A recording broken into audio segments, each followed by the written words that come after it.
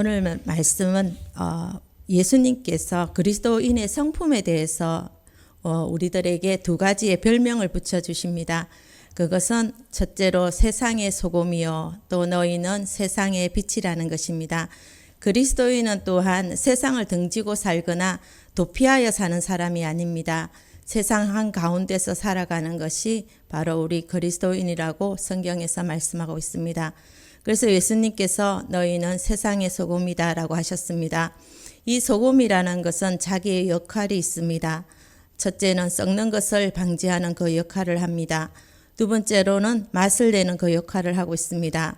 여기에 한 가지 더 붙인다면 소금은 언제나 조용히 소리 없이 스며들어서 그의 맛을 냅니다. 그리고 소금은 그 양이 많지 않습니다.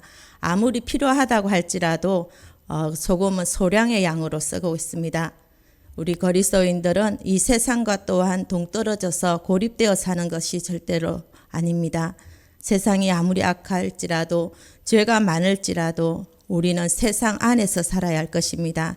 그래서 예수님께서 13절에서 너희는 이 세상의 소금이니라고 말씀하셨고 14절에서 너희는 이 세상의 빛이니라고 말씀하셨습니다. 이 말씀은 그리스도인의 현 주소는 꿈 같은 세상이 아니라 우리가 살고 있는 이 현실이라는 것을 보여주고 있습니다. 이것은 마치 바닷물 속에 물고기가 사는 것과 같습니다. 물고기가 있어야 할 곳은 육지가 아니라 바다입니다. 물고기는 또한 바다를 떠나서는 절대로 존재 의미가 없습니다. 그러나 그 물고기가 짠 바닷물 속에서 살아가고 있지만은 결코 짜지 않다는 것입니다. 또 다른 예가 있다며 물 위에 떠 있는 배와 같다는 것입니다. 배는 육지에 존재할 필요가 없습니다. 배의 또 현 주소는 바로 바다입니다. 그리고 이 배에 또 놀라운 것은 결코 바닷물이 배 안으로 들어오지 않는다는 것입니다. 그러므로 우리 그리스도인의 현 주소도 또한 이 세상 속입니다. 즉 소금과 빛과 같이 이 세상에서 저희들은 정말 책임감을 가진 그 존재로 살아가야 하는 것입니다. 13절 말씀입니다. 너희는 세상의 소금이니 소금이 만일 그 맛을 잃으면 무엇으로 짜게 하리요? 후에는 아무 쓸데없어 다만 밖에 버려져 사람들에게 밟힐 뿐이니라. 이 말씀을 하시기 전에 그 앞절에 예수님께서 우리들에게 8가지의 진정한 성품을 소유하고 있는 사람에 대해서 가르쳐서 세상의 소금이라고 하셨습니다.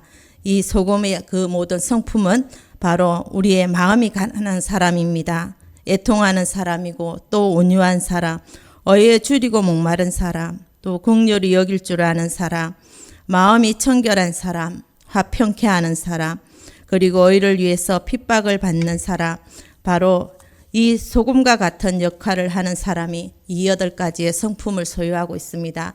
단순히 우리가 내가 소금이다, 내가 빛이다라고 해서 우리 자신이 빛과 소금이 되지는 않다는 사실입니다. 빛과 소금의 비밀은 그리스도인의 내면적 정말 주님과 함께하는 그 성품에 달려 있습니다. 이 8가지의 성품을 소유한 사람 곁에는 우리가 그 곁에만 있어도 정말 생명의 빛이 느껴지고 소금처럼 소리 없지만은 정말 은혜의 그 마음이 느껴질 것입니다. 우리가 세상에서는 또 세상의 방법대로 살고 교회에 와서는 신앙의 방법대로 사는 그 이론을 가지고 있는 사람은 또 이 사람들이 이러한 사고방식 때문에 이런 교회가 아무리 많고 정말 예수님을 믿는 사람이 아무리 많아도 이 세상은 눈 깜짝하지 않습니다. 교회에 나온 어떤 사람은 월요일에는 정말 아담처럼 하나님을 배신하고 화요일에는 가인처럼 또 형제를 죽이고 또 수요일에는 다윗처럼 간음하며 목요일에는 아간처럼 도둑질하고 금요일에는 아나니아와 삽비라처럼 하나님의 것을 도둑질하며 토요일에는 가룟 유다처럼 주님을 배반하고 나서 주일날에는 아무렇지도 않게 하나님 내 죄를 용서하소서라고 이 이론을 가지고 있는 사람들의 기도입니다. 아는 것으로는 우리를 절대로 변화시킬 수가 없습니다. 우리는 아브라함에 대한 이야기를 들으면 참으로 은혜를 받습니다. 그러나 우리 자신이 아브라함이라고 한다면은 참 갈등이 많을 것 같습니다. 나의 전부를 드리라고 한다면 정말 선뜻 나서지를 못할 것입니다. 그런 우리는 남의 이야기 듣기를 참으로 좋아합니다. 그러나 그것이 내 이야기요, 하나님이 내게 주신 명령이라고 할 때에는 그것 또한 내가 구체적으로 행동해야 하기 때문에 그것은 약간 고통스러운 이야기가 아닐 수 없습니다. 이 소금의 역할은 썩는 것을 막아줍니다. 또는 맛을 내는 역할을 하게 됩니다. 더 중요한 것은 화목하게 하는 역할입니다. 마가복음 9장 50절 말씀에 소금은 좋은 것이로되 만일 소금이 그 맛을 잃으면 무엇으로 짜게 하리요? 너희 속에 소금을 두고 서로 화목하라 하시니라. 이 말씀을 하셨습니다. 놀라운 것은 이 소금은 지옥에서도 사용됩니다. 49절 말씀에 지옥에서 사람마다 불로써 소금 치듯 함을 받으리라. 너무나 이 소금은 우리 이 땅에 좋은 것으로도 사용되지만은 소금은 지옥에서도 사용된다는 것입니다. 소금을 골고루 뿌려서 맛을 내는 것처럼 화목하게 하는 그 일이 바로 우리에게 있는 것입니다. 골로새서 4장 6절 말씀에 너희 말을 항상 은혜 가운데서 소금으로 맛을 냄과 같이 하라 하셨습니다. 소금과 또한 빛을 비교해 본다면 소금은 정말 소리 없이 엄밀하게 조용하게 일하는 반면에 빛은 분명하게 누구나 다 볼 수 있는 그 방법으로 나타납니다. 소금은 안에서 녹으면서 일하지만은 빛은 밖에서 힘있게 일합니다. 이 빛은 또 더 이상 숨길 수가 없습니다. 높은 데 두어서 온 집안이 다 보일 수 있도록 빛을 비추게 합니다. 그러면 예수님께서 너희는 세상의 빛이라고 하셨을 때 그 빛의 의미를 보겠습니다. 14절 말씀에 너희는 세상의 빛이라 산 위에 있는 동네가 숨겨지지 못할 것이요 라는 예수님은 이 세상의 본질은 정말 캄캄하고 절망적이고 죽음의 세상이므로 빛이 필요하다고 말씀하십니다. 또 우리는 이 세상은 더 이상 에덴 동산이 아니라는 사실입니다. 또한 분명한 것은 또 이 세상은 천국이 아니라는 것입니다. 빛이 필요한 곳입니다. 소금이 필요한 곳이 바로 우리가 살고 있는 현실입니다. 사람은 별로 훌륭한 존재가 아닙니다. 가만히 돌아보면 죄뿐임을 알 수 있습니다. 생각하는 것들마다 악한 생각이요 악한 계획입니다. 욕심으로 가득 차 있는 것을 스스로 발견하게 됩니다. 그래서 우리는 이 땅에서 그 어떤 선행으로도 천국에 이를 수가 없습니다. 또한 그리스도인은 어디에서 사는 사람인가 하는 위치에 관한 말씀입니다. 그리스도인은 세상 속에서 빛으로 존재해야 한다는 말씀은 우리가 세상 밖에서 세상을 도피하여 사는 사람이 아니라는 것입니다. 그리스도인은 거친 세상의 소금이듯이 캄캄한 어둠 속에서 어둠을 몰아내는 그 사람들입니다. 어떤 잘못된 그리스도인은 죄 많은 세상에 도망하여 신앙 속에서만 살려고 합니다. 현실을 잊어버리고 정말 예수님의 그 재림과 구원만 바라보고 사는 사람입니다. 예수님께서 너희는 세상의 빛이라고 분명하게 우리가 살아야 할 이치를 보여주셨습니다. 사도 바울은 에베소서와 로마서에서 빛에 대한 말씀을 하셨습니다. 에베소서 5장 8절 말씀에 너희가 전에는 어둠이더니 이제는 주 안에서 빛이라 빛의 자녀들처럼 행하라. 로마서 13장 12절 말씀에도 밤이 깊고 낮이 가까웠으니 그러므로 우리가 어둠의 일을 벗고 빛의 갑옷을 입자. 빛의 의미는 그 빛은 어떤 역할을 하느냐에 있는 것입니다. 빛의 독특한 역할은 어둠을 드러내는 것입니다. 빛이 없을 때는 어둠이 어둠을 깨닫지 못합니다. 죄는 죄에 대해서 무지한 것입니다. 그러나 캄캄한 방에 불이 켜졌을 때 드디어 어둠 속에 있었다는 사실을 깨닫게 됩니다. 예수 그리스도가 나의 안에 들어오기까지 내가 어둠에 살고 있었다는 사실을 모르고 살지만은 예수님이 내 안에 들어오시면 그동안의 나의 삶이 얼마나 절망 속에 있었고 또 잘못된 삶이었는가를 알게 됩니다. 이것이 바로 빛이며 빛이 하는 일입니다. 예수님께서 세상의 빛으로 오셔서 모든 어둠을 노출시키시고 어둠을 몰아내셨습니다. 사탄의 정체를 완전히 드러나게 하신 것입니다.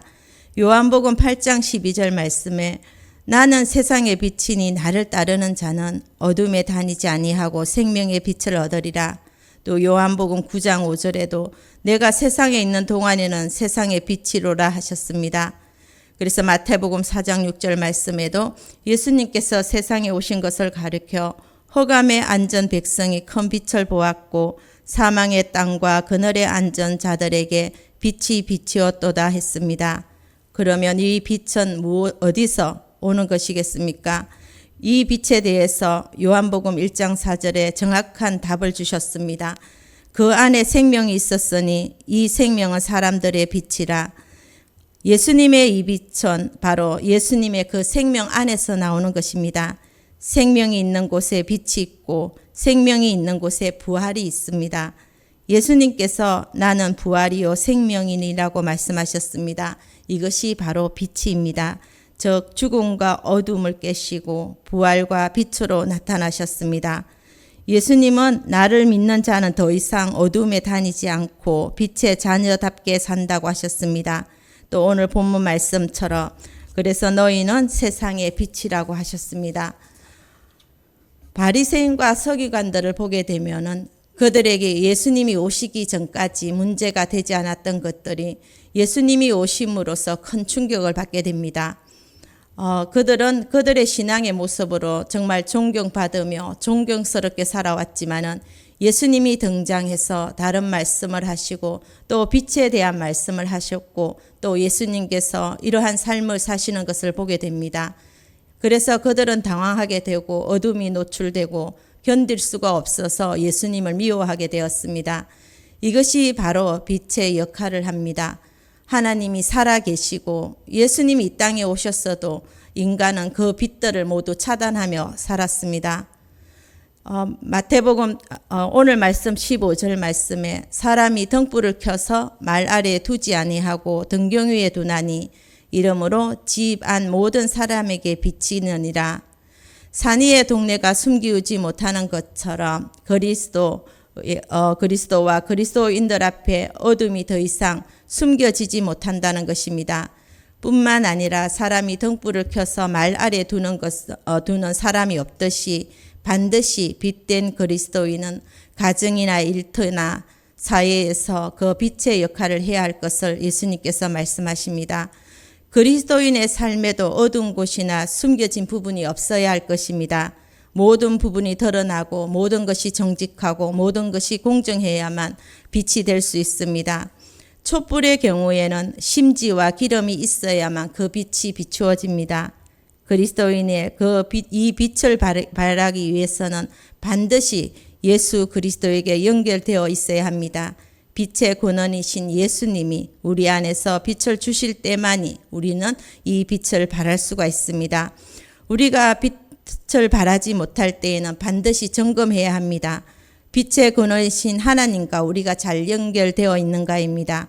만약에 그렇지 못한다면은 우리가 하나님과 함께하지 못하고 연결되지 못한다면은 선행이 아무리 훌륭하고 구제와 또 도덕적인 삶이 아무리 훌륭할지라도 우리 안에 빛을 발할 수가 없습니다.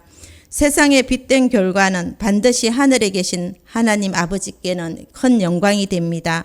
16절 말씀에 이같이 너희 빛이 사람 앞에 비치게 하여 그들로 너희 착한 행실을 보고 하늘에 계신 너희 아버지께 영광을 돌리게 하라. 그리스도인의 궁극적인 목표는 하나님을 영화롭게 하고 그를 영원토록 즐거워하는 것입니다. 또 그 빛이 비추어지면 그 영광은 자연스럽게 하나님께로 가는 것입니다. 우리들이 이 세상에서 그리스도의 빛으로서 살게 된다면 그 영광은 하나님께서 받으실 것입니다. 세상의 사람들이 우리의 착한 행실을 보고 참으로 하나님이 계시다, 참 예수님은 참 진리라는 것을 말하게 될 것입니다. 거룩한 삶으로 통해서 우리의 착한 행실은 바로 빛된 우리들의 삶이 될 것입니다. 소금이나 빛이 그 역할을 하려 할 때는 반드시 자신을 소모시키고 태운다는 사실입니다. 이것이 이기적이고 광적인 신앙생활과는 전혀 다릅니다. 자기의 희생과 헌신, 부정 없이는 참된 그리스도인의 삶은 존재하지 않습니다. 그러나 거의 대부분의 사람들은 자신을 포기하기 위해서 믿는 것이 아니라 내려놓기 위해서 믿는 것이 아니라 이익을 위해서 믿는 사람들이 많습니다. 그렇기 때문에 무엇인가를 얻은 것 같은데 허전하고 결과적으로 모든 것을 다 잃어버리게 되는 것입니다. 그리스도인은 세상에서 나타내는 이 영향력은 어떤 외적인 능력이나 기적이 있는 것이 아니라 하나님께서 주신 이 성품에 따라서 결정된 것입니다. 세상은 그리스도인의 이 내적인 성품을 가지고 존재할 때에 또 세상의 그 어두워짐은 그 모든 것들이 밝혀집니다. 이 말씀을 또 준비하면서 저에게는 부딪히고 또 적용해야 했기 때문에 참으로 부담스러운 말씀입니다. 하지만 은혜도 되었습니다. 참된 복이 무엇인가를 다시 한번 묵상하게 되었습니다. 이렇게 소금과 빛의 삶으로 살아갈 때에 참으로 복 있는 사람이라는 것입니다. 그래서 시편 1편의 말씀처럼 복 있는 사람들은 악인의 꾀를 따르지 않고 또 죄인들의 길에 서지 아니하고 오만한 자리에 앉지 아니하고 오늘 하루도 오직 여호와의 율법을 즐거워하여서 그 율법대로 묵상하는 사람이 참 복된 사람이라는 것을 묵상하게 되었습니다. 우리가 이 말씀대로 또 이렇게 다 살지는 못한다 할지라도 성경이 제시해주는 이 복의 기준을 다시 한번 확인하기를 원합니다. 하나님께 영광을 돌릴 수 있는 최선의 방법은 바로 우리가 하나님의 주신 이 팔복의 성품으로 살며 또 빛과 소금의 역할을 감당하는 것입니다. 그래서 마지막으로 우리에게 주시는 마지막 경고이기도 합니다. 13절 말씀에 너희는 세상의 소금이니 소금이 만일 그 맛을 잃으면 무엇으로 짜게 하리요. 후에는 아무 쓸데없어 다만 밖에 버려져 사람들에게 밟힐 뿐이니라. 참으로 두려운 말씀입니다. 정말 아무 쓸모없는 사람이 되어서는 안 되겠습니다. 우리가 만약 세상에서 소금의 그 역할, 빛의 역할을 다 감당하지 못할 때에는 이것이 버려져서 우리가 세상 사람들에게 밟힐 뿐이라는 말씀을 참으로 두려운 말씀입니다. 또 이렇게 살고자 우리가 살아갈 때에 또 말씀을 묵상하며 살아갈 때에 우리는 하나님의 말씀에 그 순종하고 살아갈 때에 하나님께서는 우리에게 또 귀한 열매를 맺게 하십니다. 요한복음 15장 8절 말씀에 너희가 열매를 많이 맺으면 내 아버지께서 영광을 받을 것이요 너희는 내 제자가 되리라고 하셨습니다. 우리는 오늘 하루도 정말 빛과 소금의 그 역할을 감당하며 살아야 할 것입니다. 마지막으로 이렇게 사셨던 분이 바로 우리 주님이십니다. 우리는 그렇게 잘 하지는 할 수는 없지만은 우리 안에 계신 주님은 그렇게 하실 수 있는 분입니다. 우리로 하여금 또한 그렇게 살아갈 수 있게 하시는 분이 바로 우리 예수님이십니다. 그래서 우리는 예수님을 의지할 수밖에 없습니다. 베드로가 무리를 걸을 수 없었지만은 주님을 바라보았을 때에 무리를 걸을 수 있었던 것처럼 우리와 같은 사람도 주님이 제시해 주신 그 말씀, 그 기준대로 살아간다면 오늘도 말씀대로 승리할 수 있을 것입니다.